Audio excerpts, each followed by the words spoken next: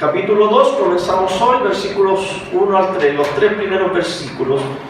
Dice así la palabra del Señor: pero tú hablas de lo que vaya de acuerdo con la sana doctrina, que los ancianos sean sobrios, serios, prudentes, sanos en la fe, en el amor y en la paciencia. Asimismo, las ancianas deben ser reverentes en su porte y maestras del bien, no calumniadoras ni esclavas del vino. Hermanos y hermanas, esta es palabra de Dios. Amén. Alabamos al Señor por su palabra.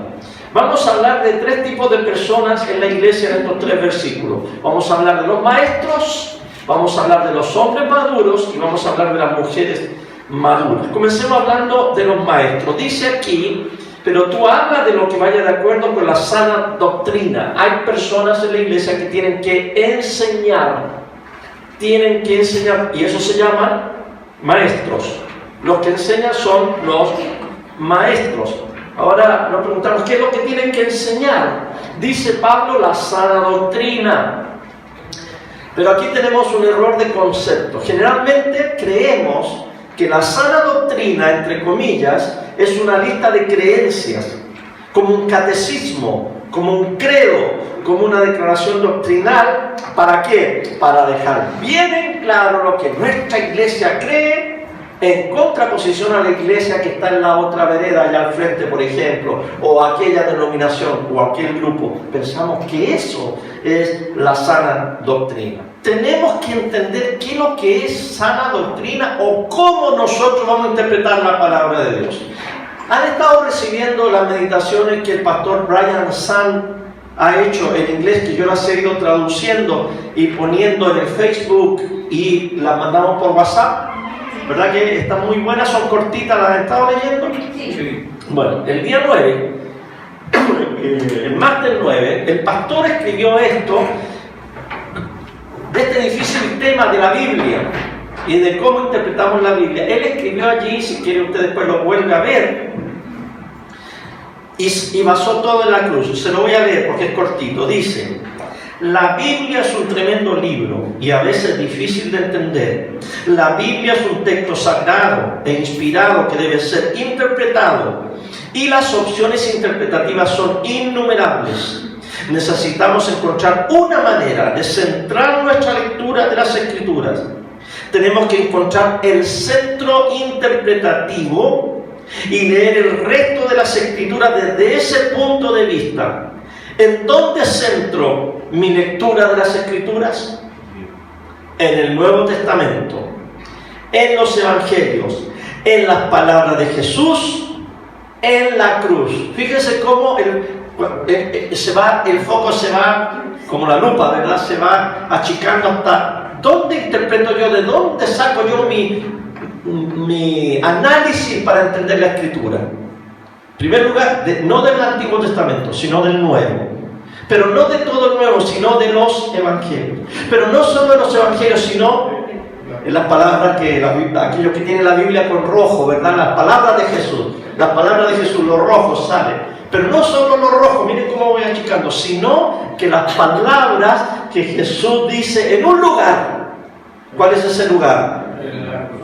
La cruz. Miren, le hice la señal de la cruz a todos. Ahí. Me salió sin esfuerzo, ¿verdad? Ahí en la cruz.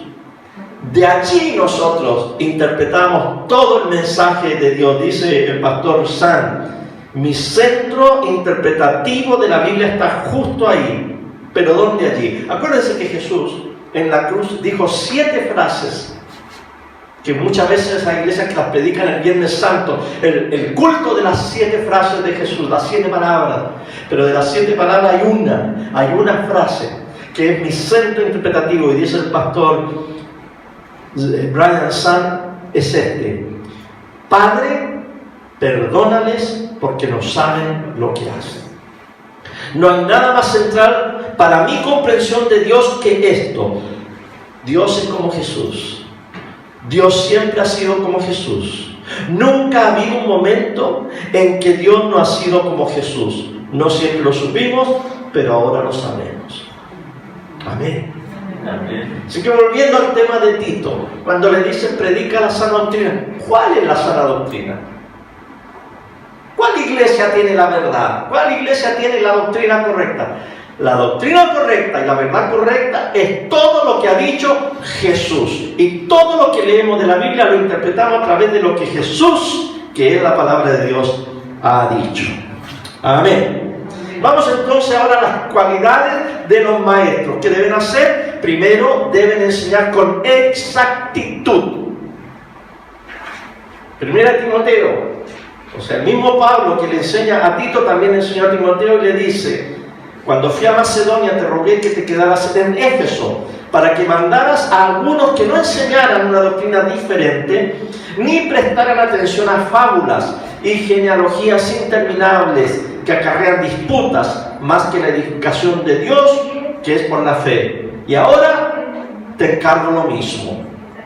Luego en la segunda carta a Timoteo también dice: lo que has oído de mí ante muchos testigos, entrégaselo a hombres fieles que sean idóneos para enseñar también a otros. ¿Se acuerdan que hace poco les dije que la fe no se inventa? La fe usted no la tiene que descubrir, inventar y transmitir. La fe se hereda. La fe se hereda de nuestros padres, de nuestros abuelos, de la iglesia donde nos criamos. La fe se hereda de todos estos siervos de Dios que por 2000 años han estado transmitiendo la verdad. Se transmite. Por eso que Pablo le dice: lo que has oído de mí. Y Pablo creo que era un apóstol. Y habían otros apóstoles que escucharon a Jesús y transmitían lo que Jesús dijo. Y eso hay que transmitirlo. Ahora, en buen chileno, cuando nosotros decimos anda transmitiendo, se refiere que anda hablando cabezas de pescado. Pero no, esta transmisión es fiel, es fidedigna, es la transmisión apostólica. Eso enseña. Así que todo lo que nosotros enseñamos mana de Jesús y mana de la cruz. Nuestra comprensión de lo que Dios es y de lo que la Biblia es no surge de fulano, sutano, mengano. Surge de lo que Jesús dijo y de lo que Jesús practicó, especialmente en la cruz. Entonces los maestros de la iglesia deben enseñar con exactitud. Deben enseñar a través del filtro de Jesús. Escuchen bien, hay muchos pastores, maestros, predicadores que enseñan por el filtro de Moisés, o de David, o de Salomón, o de los proverbios. Algunos son muy pesimistas y enseñan a través de Eclesiastés, etc. Uno puede elegir a qué bando me voy a asociar según mi personalidad. Pero el cristiano debe todo enseñarlo, especialmente el maestro, a través del filtro de Jesús. Entonces uno tiene que decir: lo que voy a enseñar suena como Jesús. Jesús diría lo que estoy diciendo. Jesús enseñaría y practicaría esa enseñanza. Y si nuestro filtro dice no, Jesús no hablaría así, se desecha. Jesús no lo diría, yo tampoco lo digo. Jesús enseñaría y practicaría esto, sí, yo también lo hago.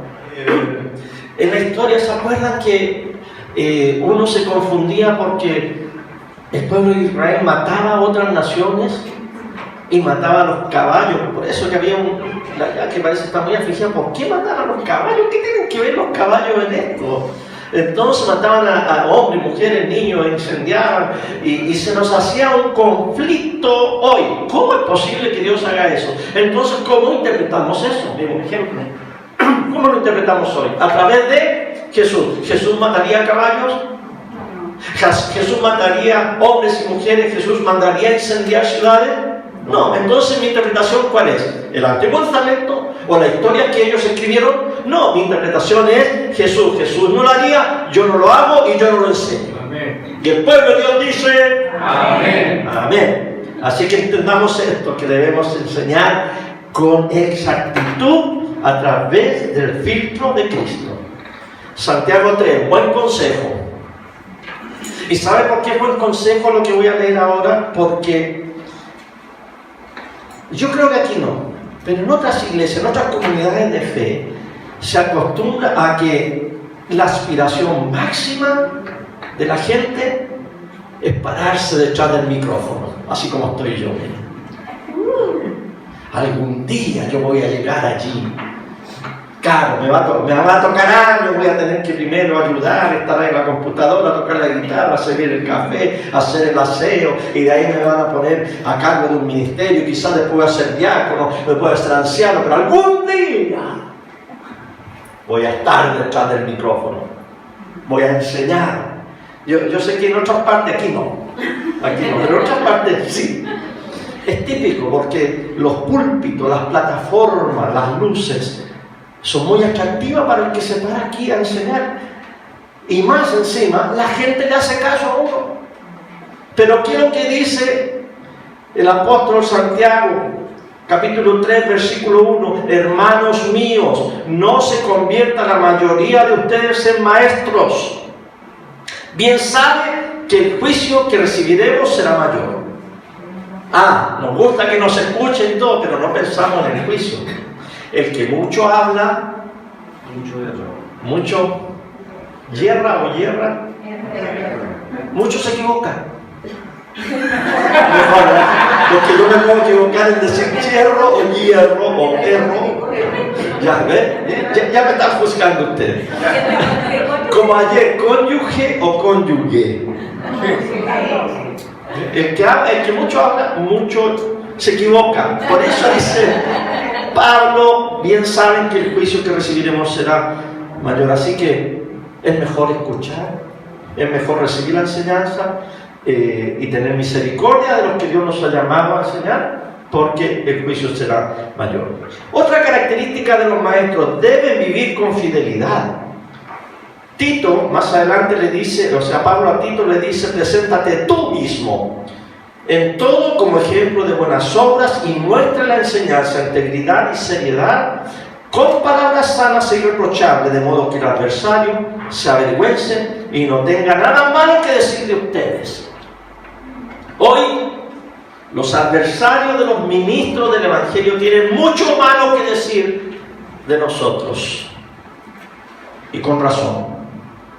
Necesitamos entonces menos maestros, pero más sólidos, más íntegros y más fieles. Y nuestra meta, entonces, dice aquí Pablo, como maestros, es practicar buenas obras. Debo practicar lo que predico, debemos mostrar integridad y seriedad. Ahora, escúcheme, eso no me impide contar chistes y hacer reír, pero con seriedad.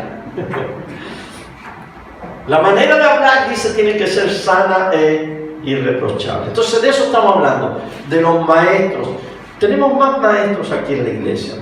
De hecho, tenemos encuentros de mujeres, tenemos encuentros matrimoniales, tenemos grupos en casa, tenemos cursos, etc. Y ancianos que enseñan. A todos nosotros, los que dirigimos pequeños ministerios o grandes ministerios, nos cabe esto de que tenemos que ser maestros, que debemos vivir con fidelidad y debemos enseñar con exactitud. Ahora Pablo habla de los hombres de edad, o sea, los hombres maduros.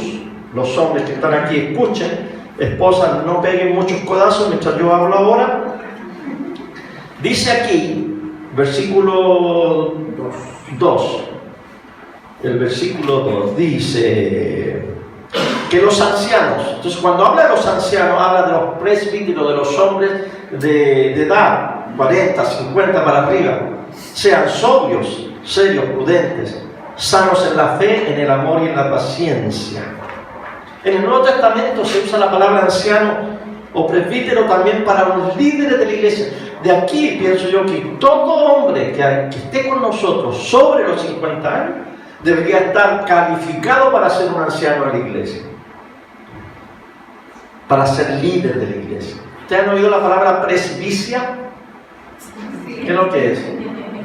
No, puede ser calvicie.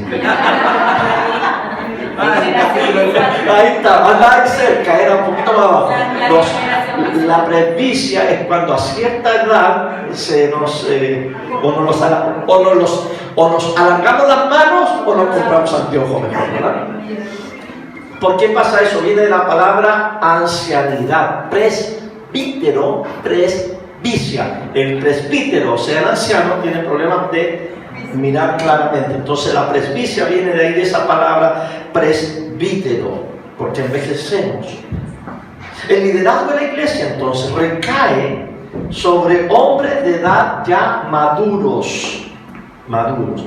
Yo no lo entendía al principio y se lo confieso. Yo comencé a predicar. Mi primer sermón lo prediqué a los 14 años. A los 20 años yo ya era seminarista, me estaba preparando para el ministerio. A los 23 años nos casamos, Nona y yo. Y a los 26 años me ordenaron al ministerio. A los 36, 10 años después, estábamos en Estados Unidos fundando iglesias hispanas. Y cuando yo miro para atrás digo, Dios ha sido misericordioso. Hoy yo pienso, después de los 50, recién después de los 50, yo he entendido en qué consiste la madurez. Creo que antes de esos años, hay algunos sabios ya a los 40, pero yo creo que después de los 50 uno empieza a madurar un poquito más. Entonces ahora yo miro para atrás y digo, ¡ay, chita! Dice, pero ya pasó la vieja, decimos en español, ¿verdad? En Chile, ya pasó la vieja, ya pasó el tiempo, no se puede remediar. Pero cuando uno es joven, uno tiene mucha energía y uno mete mucho las patas. Por eso que la palabra de Dios nos dice que los líderes de la iglesia deben ser ancianos maduros. Es indispensable de que los predicadores jóvenes, porque de ahí se comienza, que los jovencitos, que los que tienen menos de 40 y que tienen mucha energía, muchas ideas, mucha gracia de Dios, que ellos estén bajo la supervisión y la autoridad, la cobertura espiritual de ancianos maduros. Que se dejen aconsejar, que se dejen retar, que se dejen regañar, que se dejen formar, que sean humildes. Hoy yo tengo 59 años, no se nota, yo sé que ustedes se asombran cuando yo digo eso, yo sé. Pero les quiero decir que en el grupo de líderes de esta iglesia hay 2 ancianos que son mayores que yo y hay 2 ancianos menores. Así que soy el jamón yo de los ancianos, ahí en el medio está. Pero muy hermoso, estar en un grupo de hombres maduros, de edad, que están gobernando la iglesia del Señor y lo llevan a uno con consejo, con amor, con disciplina, con muestras de afecto, pero también con tirones de orejas, porque ese es el plan de Dios, hombres maduros que puedan dirigir la iglesia del Señor. ¿Cómo deben ser? Dice Pablo a Tito, moderados. Los ancianos deben ser moderados, es decir, sobrios. No solo estamos hablando de los ancianos que dirigen la iglesia, sino de los otros hombres adultos que están en la iglesia, que tienen que ser sobrios.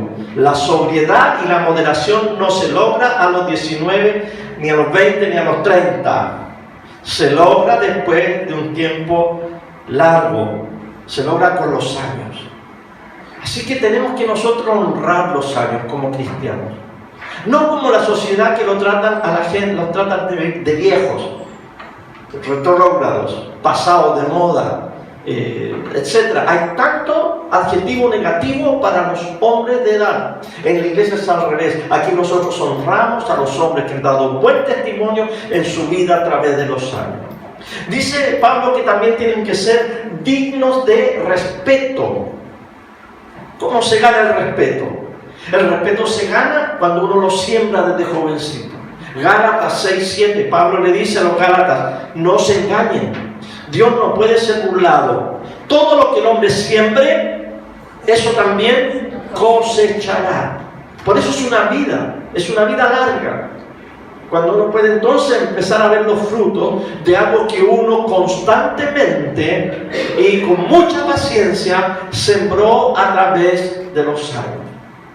¿Cuánto hombre adulto, cuánto abuelo, cuánto suegro hoy en día se lamenta de que está cosechando lo que sembró?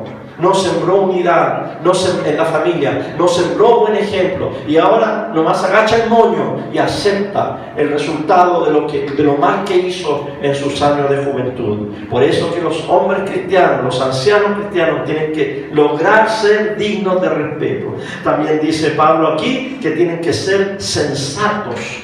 Sensato, una persona sensata, una persona que piensa bien, que no es un loco. Luego dice que tienen que ser íntegros en la fe. Íntegros.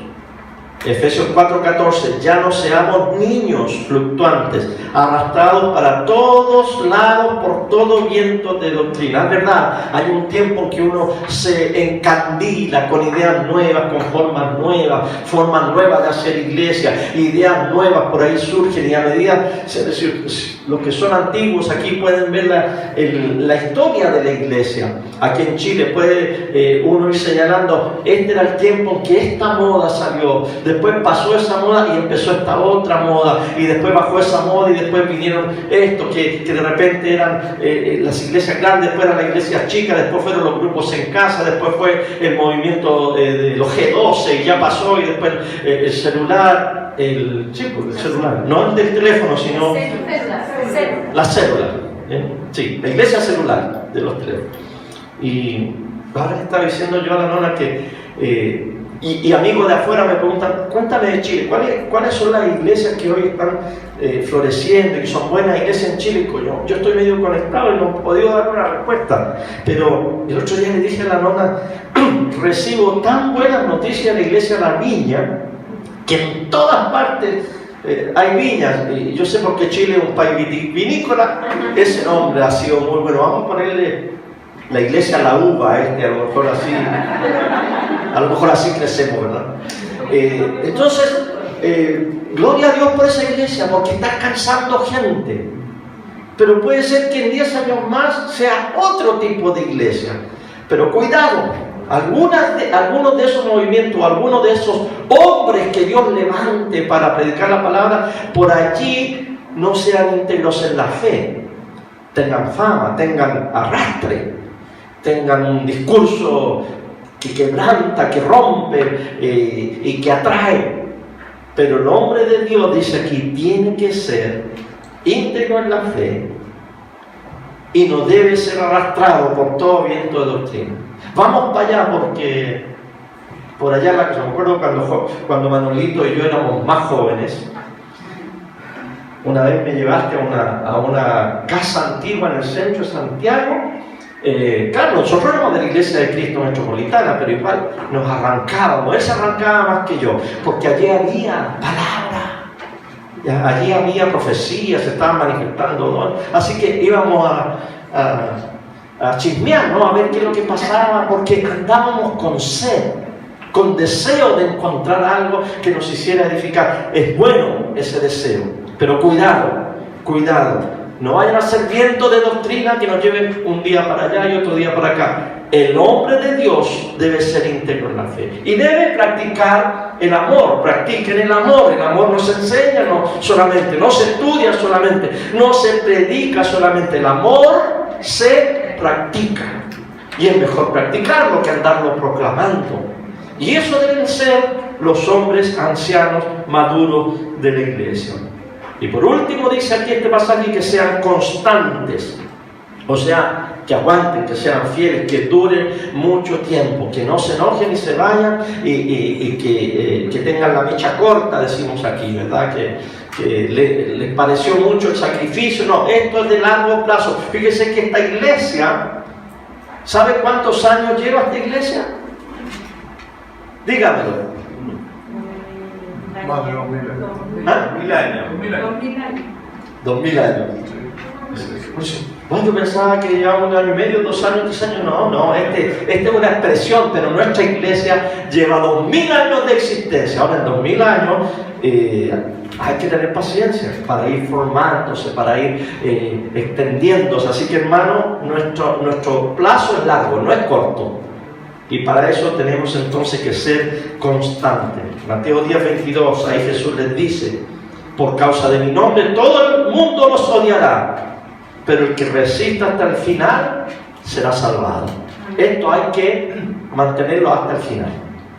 Así como en el matrimonio, hasta que la muerte nos separe. Y para nosotros la muerte será encontrarnos con el Señor por la eternidad. Amén. Ahora, hombres, tranquilícense, porque les vamos a hablar a las mujeres. Pero les vamos a hablar a las mujeres de edad. Nadie va a querer escuchar. Yo no. Mujeres de edad deben ser las mujeres maduras según la carta a Tito. Escuchen, todas, porque las que se creen jóvenes van a llegar a viejas. Así que prepárense. Maduras, perdón. Asimismo,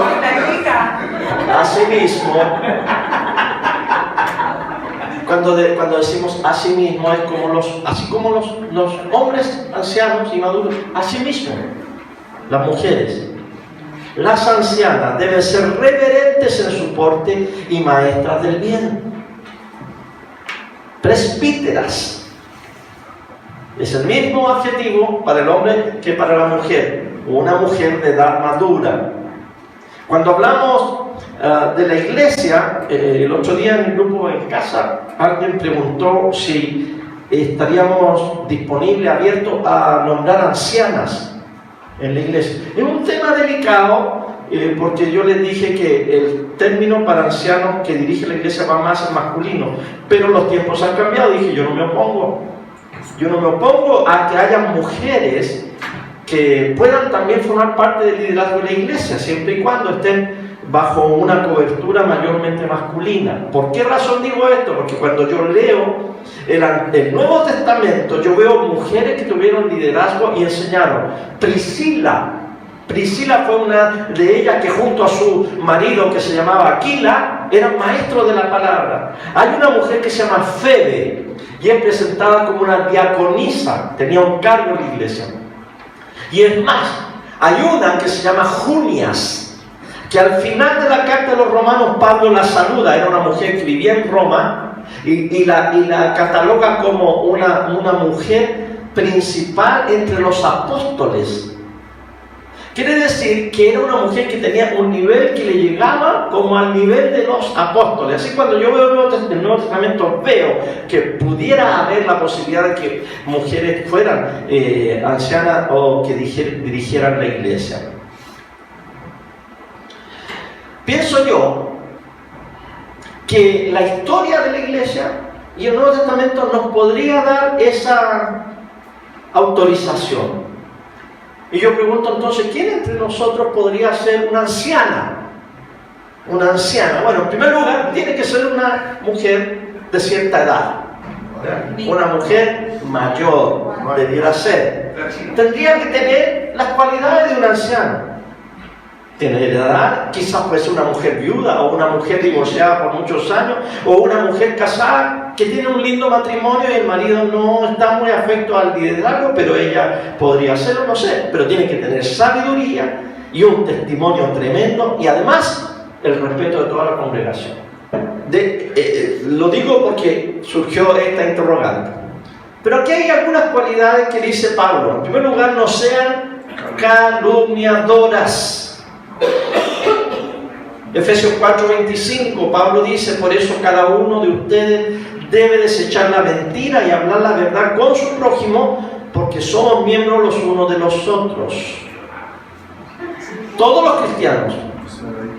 Pero aquí dice Pablo, especialmente las mujeres, porque las mujeres, más que los hombres, tienen problemas en este asunto de hablar. Los hombres hablamos menos. Las mujeres hablan más. Y como dije, el que más habla, más peca también. Por eso que Pablo a ella les dice en forma especial que no calumnien, que no digan mentiras, que no transmitan, como dicen ahora, fake news, falsas noticias.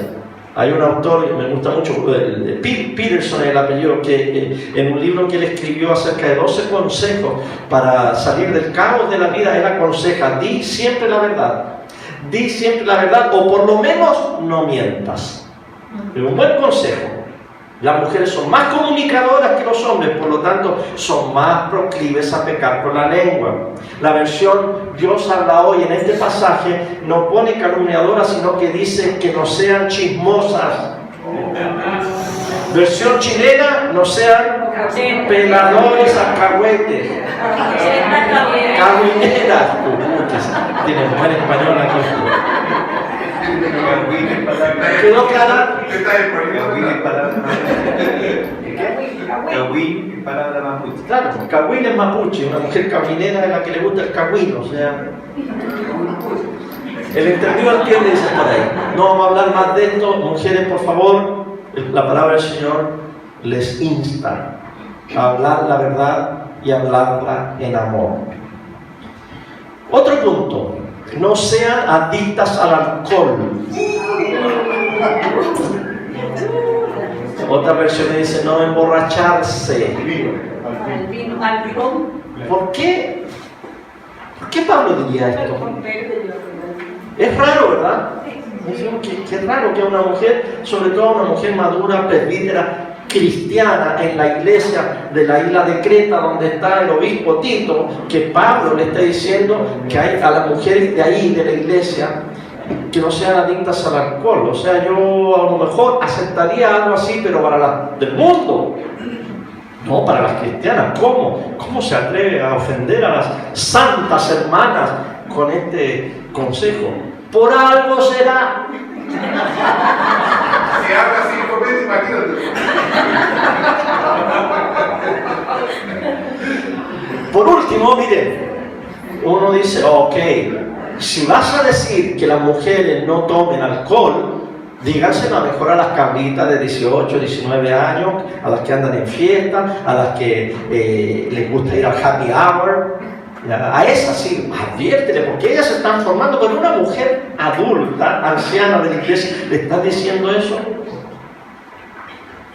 Porque el resto de las mujeres, o sea, las que no son muy ancianas o las que no son muy jovencitas, están trabajando, están criando niños, ellas no tienen tiempo de andar tomando, ¿verdad? Porque ya están ocupadas. Pero fíjense que las mujeres adultas han declinado su actividad, los hijos se van de la casa, están solas, algunas han jubilado, otras han enviudado y les entra una nostalgia, se les cambia la vida de repente, y en esa nostalgia tienen la tentación de ahogarla en la casa, no afuera, con el alcohol. Estoy hablando de una verdad muy grande en el mundo hoy en día. Las estadísticas son alarmantes en decir que las mujeres solas, maduras, adúlteras, están cayendo en la privacidad de su casa, en el vicio del alcohol. Por eso San Pablo es sabio en referirse a esto, especialmente a las mujeres mayores y maduras de la iglesia, que deben dar un buen ejemplo. Y además, para no caer en eso de que estoy sola, nadie me viene a ver, nadie me llama, no tengo dónde salir, mejor tengo cerveza, vino, pisco sour, si les gustan los tragos dulces, piña colada, por lo que me han contado, ¿no? Yo estoy nomás mandando cosas que... Así que Pablo tiene un buen consejo. Y yo creo que el consejo es este: manténganse ocupadas, mujeres adultas, maduras, manténganse ocupadas, no solo en la casa. Algunas que se ocupan mucho en la casa limpiando, o se ocupan mucho en las telenovelas, o en las largas series televisivas, o en el teléfono, en el iPad, en el aparato, en la tableta, jugando juegos de internet. Deben ocupar su tiempo fuera, ayudando a los demás a salir de la casa e ir donde el Señor les necesite. Así que la mujer adulta debe decir: Señor, sí tengo esta tendencia. O puede ser no solo al alcohol, porque nunca le gustó el alcohol, pero puede ser una pastilla, una droga. Puede ser algo que te adormece la mente y la ansiedad, o pastillas para dormir. El Señor les anima. No deben ser adictas. Aquí dice al alcohol porque era la adicción más normal, pero puede ser otra. No sean adictas, ocupa tu tiempo. Hasta las cosas más sencillas uno tiene que orar al Señor y decir: Señor, ¿qué es lo que quieres de mí? ¿Qué es lo que quieres de mí? Y a veces uno no entiende que el Señor está siempre con nosotros y en todos lados. Así ocurre. Y en un momento que me paré Y dije, Señor, dime qué libros debo leer. Guíame a libros que yo pueda leer, porque uno no piensa que el Señor te va a decir, elige ese y elige este otro. Uno no piensa, ¿cómo Dios va a andar metido en eso? Dios anda más ocupado en el hoyo negro ese que ahora sacaron allá en la galaxia, esa foto, que va a estar ocupado de una mujer que en la casa le diga, Señor, estoy aburrida, no tengo nada que hacer, dime qué puedo hacer. Pregúntale. Tienes que confiar en las cosas más mínimas que Dios te puede señalar qué hacer. El joven también, la señorita también. Señor, hoy estoy aburrido. ¿Qué libro leo? ¿Qué canal? ¿Qué serie podría yo ver que me edifique para tu gloria? ¿A qué casa puedo ir? ¿A quién puedo llamar en este momento? Señor, ponme en mi mente. Y cuando el Señor te ponga un nombre, agarra el teléfono y manda un WhatsApp, o llama, o invita a esa persona. Así que hay que estar en conexión con el Señor y no caer en esa depresión, en esa adicción. Pregúntale al Señor. Por último dice que la mujer madura, adulta, anciana, enseñe lo bueno. Enseñe lo bueno. ¿A quiénes deben enseñar mayormente las mujeres?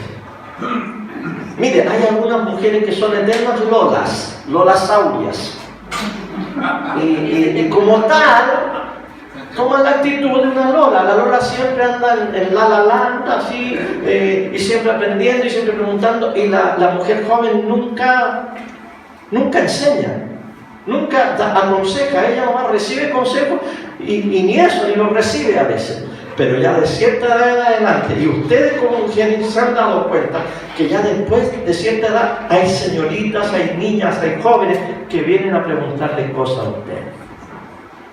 Y usted no se puede correr, porque la naturaleza de la vida la ha determinado a usted como una mujer anciana, madura, que tiene que enseñar y tiene que enseñar lo bueno. Así que cuando ya empiecen a notar que tiene seguidoras, póngase los pantalones, no, póngase las faldas, tómela, asuma la responsabilidad y diga, sí Señor, voy a tener que entonces ahora preocuparme de esta niña, de esta amiga, de aquella, de esta mujer joven, y voy a tener que enseñarle. Es lógico que deben enseñar ustedes a las menores, a los niños, deben enseñar a las jóvenes. Pero aquí Pablo se enfoca en las mujeres más jóvenes. ¿Qué es lo que las mujeres maduras entonces deben enseñar? De eso lo vamos a ver entonces el próximo domingo, porque ahí vamos a seguir estudiando.